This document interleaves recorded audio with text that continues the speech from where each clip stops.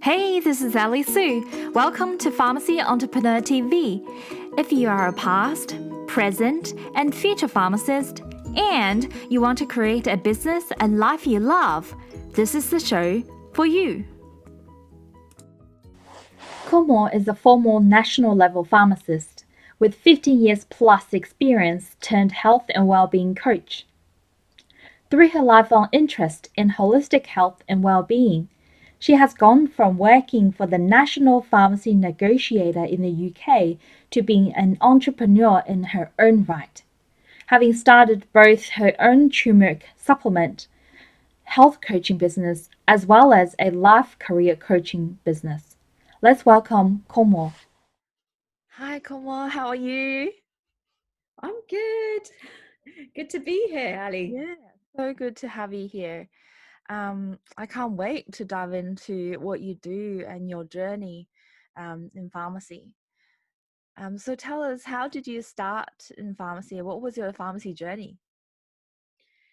My pharmacy journey, gosh, I actually wasn't, I had no intention of being a pharmacist, actually.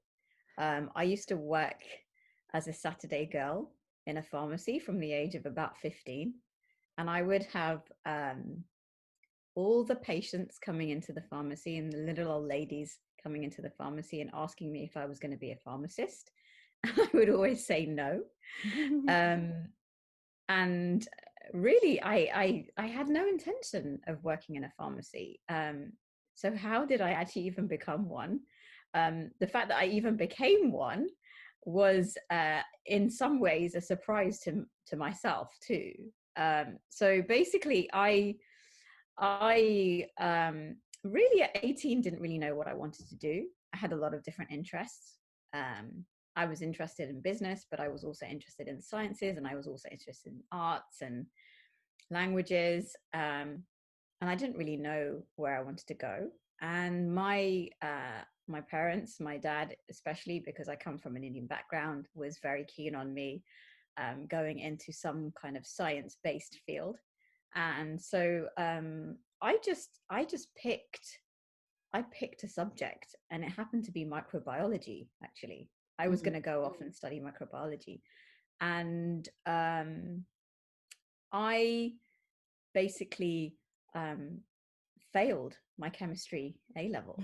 Um, I mean, I wouldn't say failed completely, but I got an E basically in my chemistry A level, and it was really down to my chemistry teacher at the time, who absolutely was just one of the worst teachers I've ever come across. But but actually gave me was in a way the best teacher. And I'll explain why. Because basically she told my parents um, at a parents' evening that I was not capable of going to university. And to tell Asian parents that their daughter is not going to go to university was like, you know, who are you talking to? It was just inconceivable. Like that just would not be something that would even cross their mind. And so I failed my chemistry A level. And I had a tutor at the time. I had a chemistry tutor, and he said to me, look, you could get a B in chemistry A level. Like I definitely know you could get a B in chemistry A level. And I'd spent 2 years of my teacher telling me that I just was useless and I couldn't study. So I believe that I wasn't very good at chemistry at all. But he obviously saw something in me that I didn't see myself, and a sign of a good teacher, I guess. And I ended up um, retaking my chemistry A level because I really didn't want to be a failure, and I really didn't want to. I really had this desire to go to a really good university. Um, and even though I didn't know what I was going to do, I had this desire to want to go to a really good university. So anyway, I um, ended up retaking my chemistry A level at a private college. I booked myself an interview, and I told my dad that he was going to take me to the interview. And I got a place at this private college, and I retook my chemistry A level. And I did my first exam, and my teacher said to me, "You've got an A on that paper." Wow. And it changed, like it changed everything. Mm. At that point, I actually had two unconditional offers to study microbiology at university, at like really good universities as well. I had a place at UCL and Imperial to study microbiology. So I could have just gone off and studied microbiology, but the fact that I got this A, it just changed things. And I just thought, wow, like what could I do with this A now? And I remember I had a friend at that college at the time, and she was going off to study pharmacy at King's College. And she just said, well, why don't you just study pharmacy? You've been working in a pharmacy for the last 4 years. And that's really how I fell into pharmacy. Wow. And I basically fell into it, I managed to get the grades. I managed to convince I accepted my place for microbiology at King's College. And then I hounded the admissions tutor for pharmacy to let me in. And I mean, when I say hounded, I mean, this was in the days before like internet and stuff. So I was faxing letters to this guy every week. I was calling this guy every week.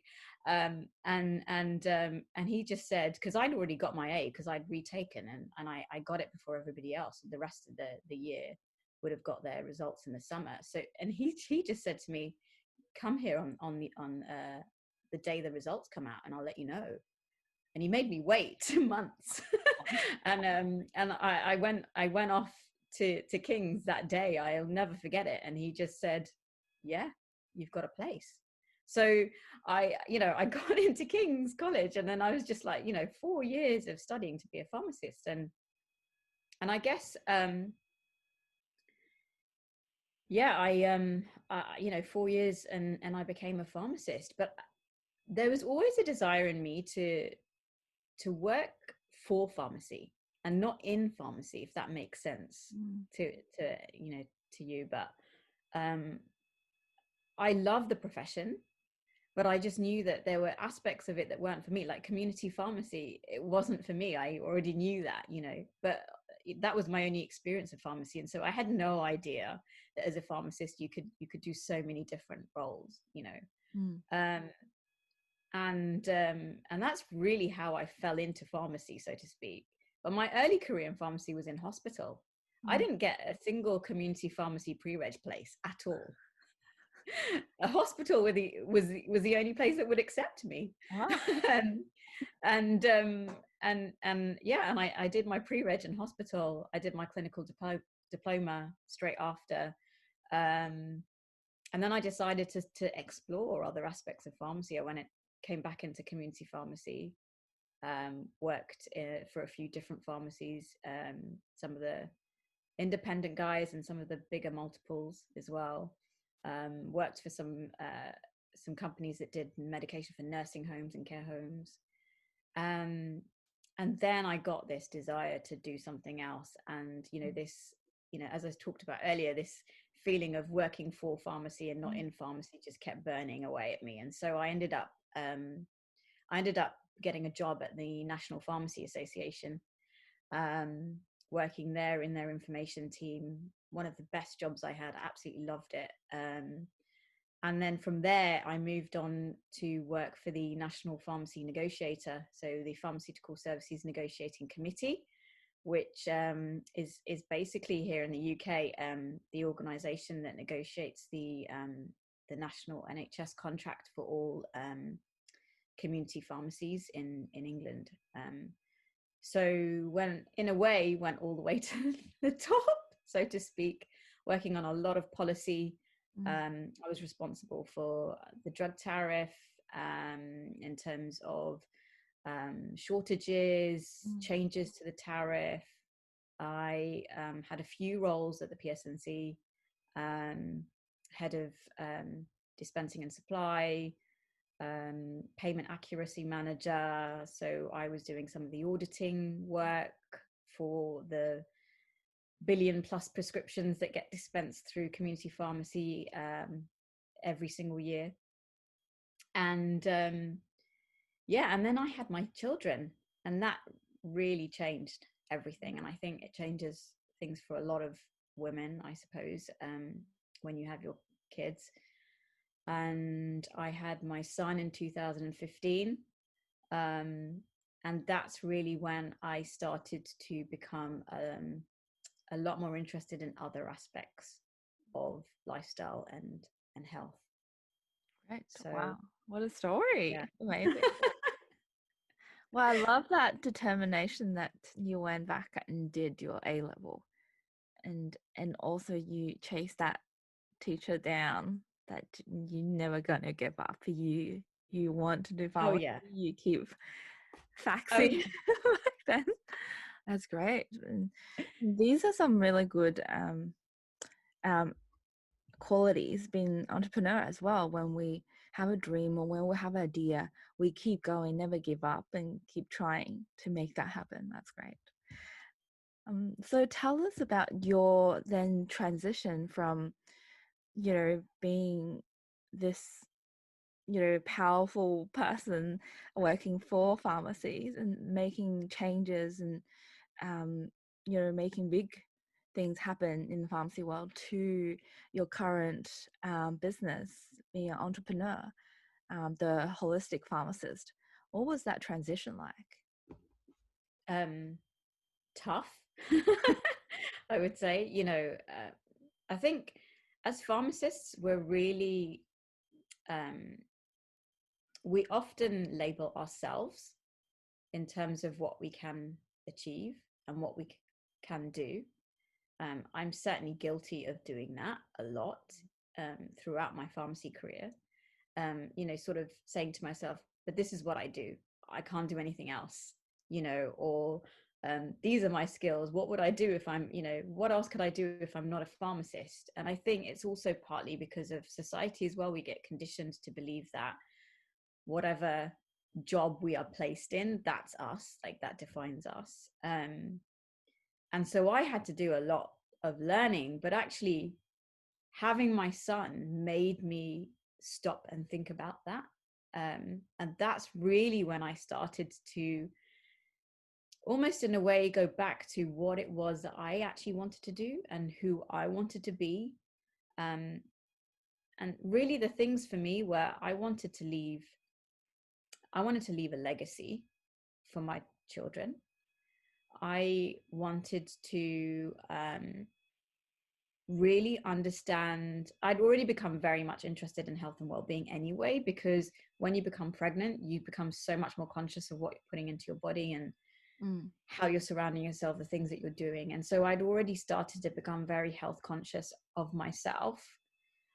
And I really started to think about why did I even come into pharmacy? Like, what was really important about this role to me?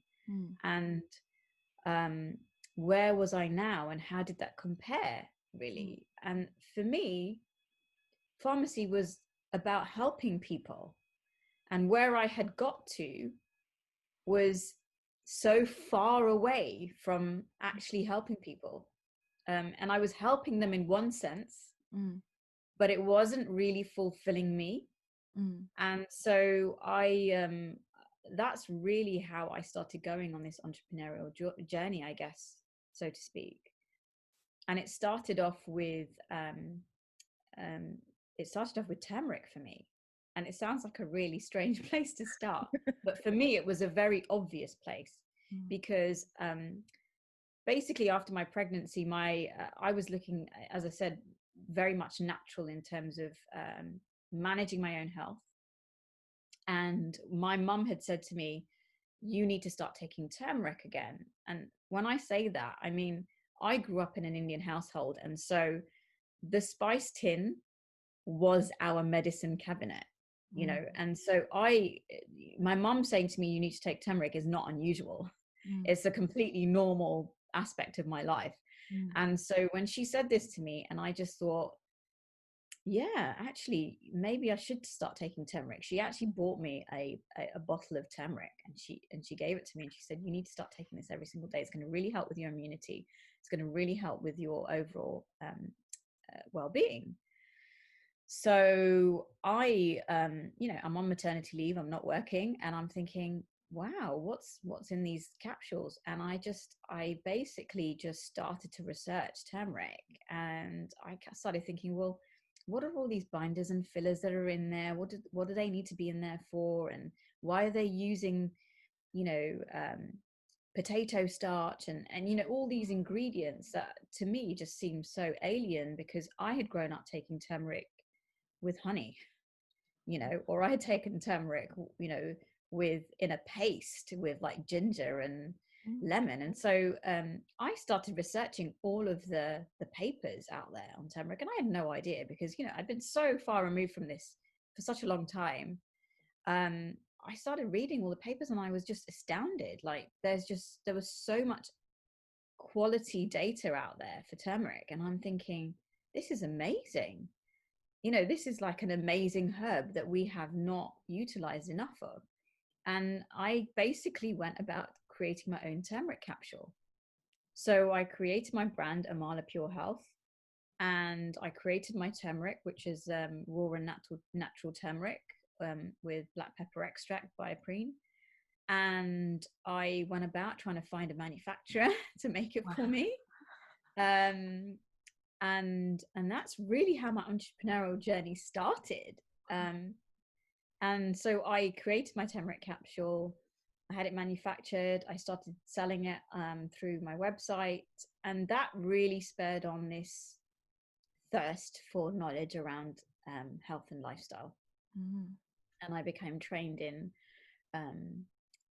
functional medicine. So I'm a graduate of the applied functional medicine program for clinical practitioners. I and that was a really interesting course, actually, because there was about 300 people on this course, and I think the vast majority of them were GPs and nutritionists, and there was like 4 pharmacists. There's like me and 3 others, and that was it. And it was fascinating. I had never felt so engaged with learning since my degree, basically. And it was I just felt like a student again. It was amazing. Learning so much about your own health and well-being and just how our bodies function was just fascinating for me. So I learned more. I have been studying Ayurveda on the side as well. So I call myself a perpetual student of Ayurveda, because really, when you start learning the holistic sciences, you are always a student. Like you're never a master. And so that's how I feel about learning this science, so to speak. And trained as a health coach now. So bringing all of these lifestyle elements together, and now have my own health coaching practice, where I help pharmacists with their overwhelm and feeling burnt out, and really helping to address their own health through lifestyle changes. And so that's really my entrepreneurial journey, so to speak, in a very shortcut way, I would say. There's a lot more to it. Well, that's wonderful. Tell us in specifically your fears and that obstacles, that mindset transition. What was that like? What are some of your fears that you had to go through? I think when you make a change, there's always a fear, whatever direction that is. I have been really fortunate in my pharmacy career that I have got every job that I've ever applied for, and there's something, I feel that there's always been something in me that sort of rises up to a fear. That fear when you go for that interview and you think, I'm not going to get this, and you can really work yourself into that fear. You can really feel into that fear. But I've always had this in me where I've sort of said to myself, you can do this. And I have really pushed myself to be able to do it. I walk in as if I've already done it. And I'd forgotten that, actually. I'd forgotten that feeling for a really, really long time, because I had become so, I had been working where I had been working for such a long time, that to change felt like such a bigger deal. And I had to keep reminding myself of the times that I have risen up to this fear. Mm. And I think that's what a lot of us face. We have fear throughout our lives, and it presents itself in many different forms. But every single time we rise above it, every single time. And every single time we get through it. And I just had to keep reminding myself of that. And the other thing that I had to really remind myself of was why I was doing this. I was doing it for the legacy. I wanted to create that legacy for my kids, and I wanted to be that role model for my children and my family. And that was really, really important to me, because where I was, I didn't feel like I was being that role model. And now there's the it's not a fear of failure, it's a learning. Every single time you feel like you're making a mistake, it's not a mistake, it's a learning. And I think it's really hard for us as pharmacists to disconnect ourselves from the mistake, so to speak, because in our job we're so used to not making mistakes. Like everything is about not making a mistake. And that then, that's really, that plays on us on, in every aspect of our life, I guess. And so for me, I have really learnt to embrace that fear, and and really learn from that, and rise above it for myself. Wow, that's great. It's such a common theme that we're risk averse, but then the entrepreneur, we need to go out and take risks and just go and do it and make it happen. So I can see that that transition, between employment mindset to the entrepreneur mindset. Absolutely. And I have to say, for me, I really loved all the learning. I still love the learning, because I actually found, particularly when I started the turmeric supplement, I had my son, and then I went back to work. And so I went back to work part-time, and I was doing the turmeric supplement as well on the side. And I was bringing the skills that I had learned with a startup mentality to my workplace.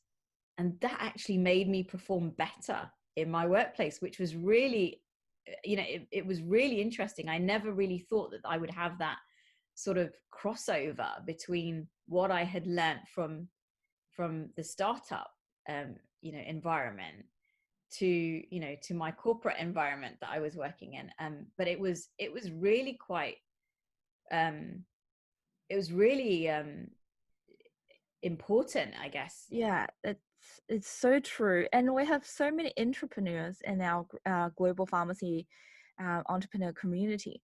We don't actually have to leave work to start your own business or be innovative. You can be innovative at your workplace and use those entrepreneurial mindset and the skills to make your workplace a better place. Whether you're innovative, come up with the new service ideas or a new product or new ways to serve your customers. It doesn't matter where we are, whether in the hospital or a community, just keep being creative and keep being innovative. And I think what our startups company or entrepreneurs all want to make things better and try to find a better way. So we're always maybe trying to think of another option or another way to do things, which is great. And it's very exciting. Yeah, absolutely. Absolutely. I mean, even when I went off and did my my lifestyle medicine training, and my health coaching as well, even that was seeping back into my into my day job too. Even elements of that I was bringing back into my day job, and it really helped me to change the relationships that I had at work, which was really quite important. I learned to be able to really disconnect in a way, from what was going on at work. We can become very sucked into negativity very easily and very quickly. Mm. And I learned that from my training, I was able to really disconnect myself much more easily Mm. from that. Oh, And in a way, that's what I want to try and help pharmacists to be able to do now, mm. because I think we are so stuck. Many of us are so stuck in that place of negativity and overwhelm and feeling burnt out and almost feeling resentful of Mm. the place that you're in, and the job that you're in and what you're doing. Yeah. And I really want to help pharmacists to be able to come out of that place, and and really bring their awareness back to themselves, Mm. and in a way start to make those changes for themselves, which then spread out to the team that you're working with Yeah. and the people that you're with. Yeah, it's amazing what you said. And like in the holistic realm, practitioners, we have to heal ourselves. And when we are healthy, when we have that positive energy, we pass on to our patient. So it's very important to make sure our own well-being as pharmacists are looked after. Um, so it's amazing, yeah, the work you're doing, the positive pharmacist group that you're creating, especially during COVID, that very tough time, that you'd be able to help pharmacists and really help them to, understand, be more aware of that emotion, be more in tune what's happening, and not to get Yeah. sucked into that negative emotion, especially there are a lot of fear going on just within the community, in the general public, and that energy transfer, knowing holistic medicine. I study Chinese medicine, so I talk Yeah. about energy. But yeah, pharmacists are human too. We have family, we have kids, we have fear, and we're working on front line. We try our best to protect, to help the community, but sometimes if this this, like for example, we've seen like pharmacist gets abused or assaulted because the stock has run out, because people come in, fill prescription at the same time. Yeah, Mm-hmm. that's unfortunate, but I felt pharmacists as human, we need to be treated as human as well. But at the same time, unfortunate um, issues, events happen. We need to learn how to heal ourselves, how to overcome this trauma, how to look after ourselves, how to love ourselves, so we can heal and go out again and help more people. Absolutely. And I think the thing with pharmacy is that I think pharmacists naturally seem to leave ourselves last, Mm, because our job is to help other people. mm. And so we often, that age old saying of, we make the pharmacists make the worst patients, right? you know we'll happily give out advice on how to do things, but we rarely can deliver that for ourselves. And it's so true, because if we don't, then our health does begin to suffer, and we do fall into this place of negativity that is only going to lead to to problems further down the line for us Mm, in terms of our health. So I find that it's so, for me personally, I found that making lifestyle changes for myself really changed the way in which I started to view things mm, around me.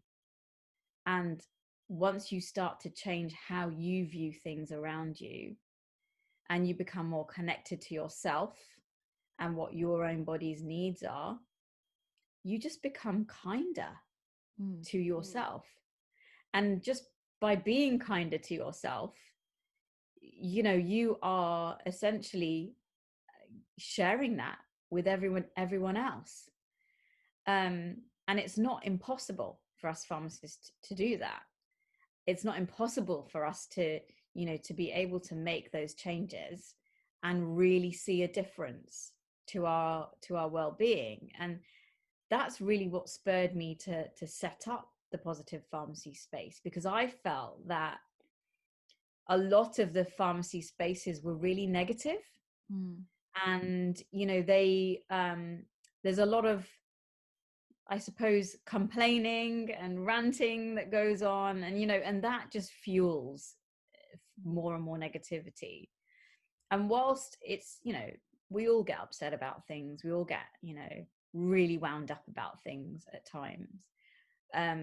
What I find is that, when you are constantly doing that, that is going to affect your mental health. It is going to affect your physical health, and it is going to affect how you see yourself and how you see others. And that's really why I wanted to set up the positive pharmacy space. And I'm like so astounded by just the response that it's had, because people are really enjoying the fact that it's just a bit of light relief in a way, because they come to the positive pharmacy spaces, positive, motivational, inspiring, messages every single day. I go in the group live every week, and I do a live every Wednesday about a health and wellbeing topic. And it's a place where people can, pharmacists can start to learn a bit more about, how to make lifestyle changes for themselves, and just bring that awareness to them. Yeah. Wow. Wonderful. That's so important. The awareness is the first step. Um, yeah, I research and do a lot of emotional intelligence work, and how Mhm.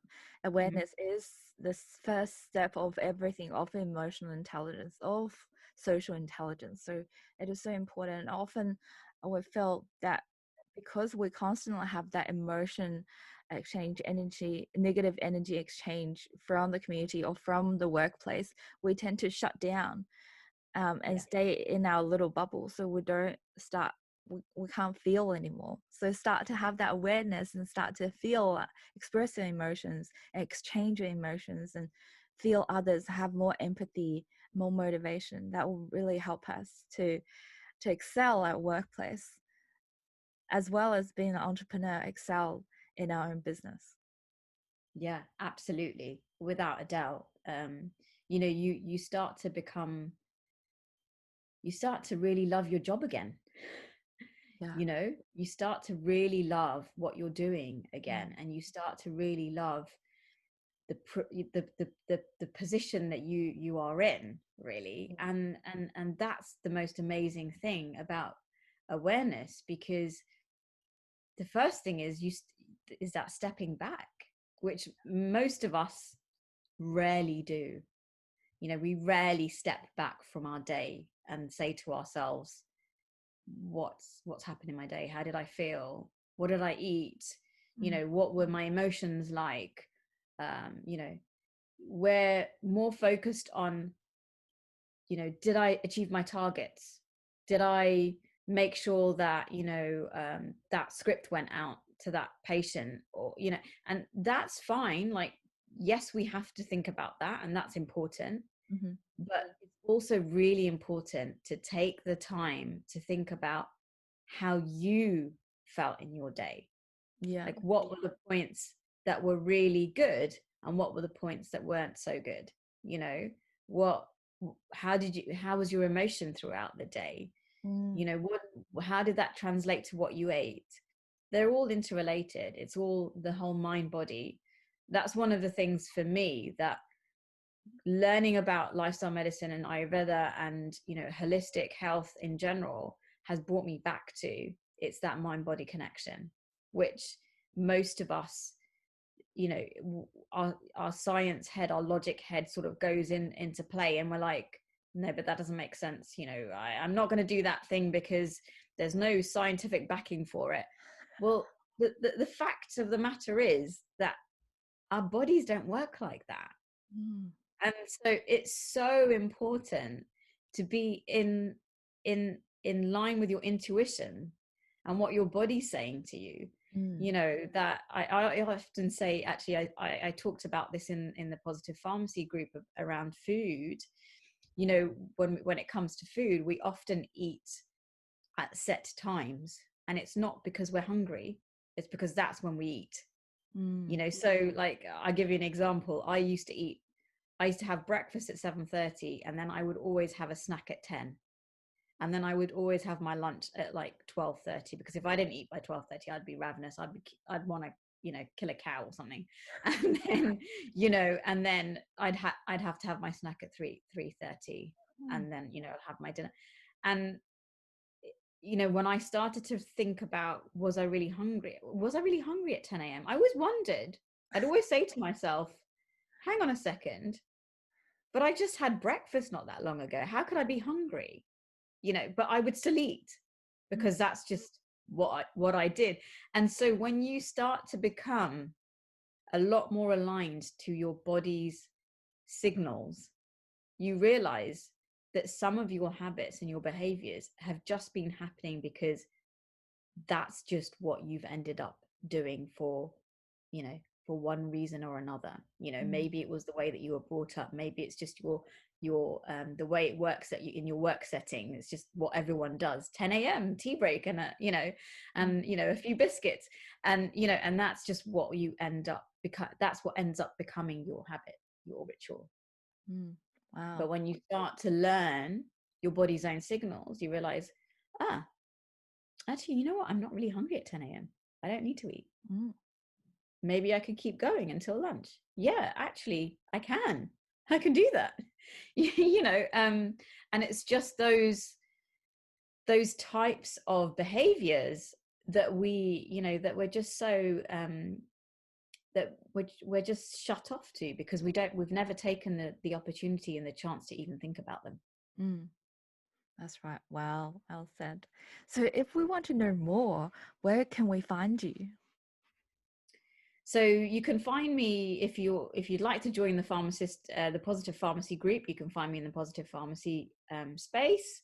I will leave the link with you guys, and my website is Komal the Holistic Pharmacist, and you can find me there. I'm also on Twitter and LinkedIn and Instagram, so you can find me at Komal the Holistic Pharmacist there as well. Yeah, that's where I am. Great. So last question, what's your advice for our aspiring pharmacists? What's my advice? I would say, for me, I think it's so important, and I wish somebody had said this to me actually, is really nurture your creativity and create the time to nurture your creativity, because even doing that can have such profound effects on your well-being, but also just on your ability to be able to just disconnect with everything else that might be happening in your pharmacy life. So I would say that definitely connect with your creativity. Find the time in your week to do something that you really love doing. It might be painting or singing or whatever it is. Like, just find the time to do that, and also keep exploring your why. I mean, like I said to you earlier, I place this label on myself, like, I'm a pharmacist, I can't do anything else, that's all I'm ever going to be. And it's so important to not place a label on yourself. Like, you can change your career whenever you want in your life, and connecting with your why is such an important aspect of being able to do that. And also being able to change careers or change direction, or and it doesn't change who you are. I haven't changed as a pharmacist. I've grown as a pharmacist, in fact, and so you can always change. Always change your career, you can always change your direction, but connect with your why. Connect with what's really, really important to you and why it's important to make that change. Yeah, well said. Well, thank you so much, Komal, for your time today. We can't wait to get Thanks to for know having more. me, Ali. Yeah, so for global pharmacy entrepreneurs, if you want to know more and have more positivity in your life, join Komal's group and get to know her.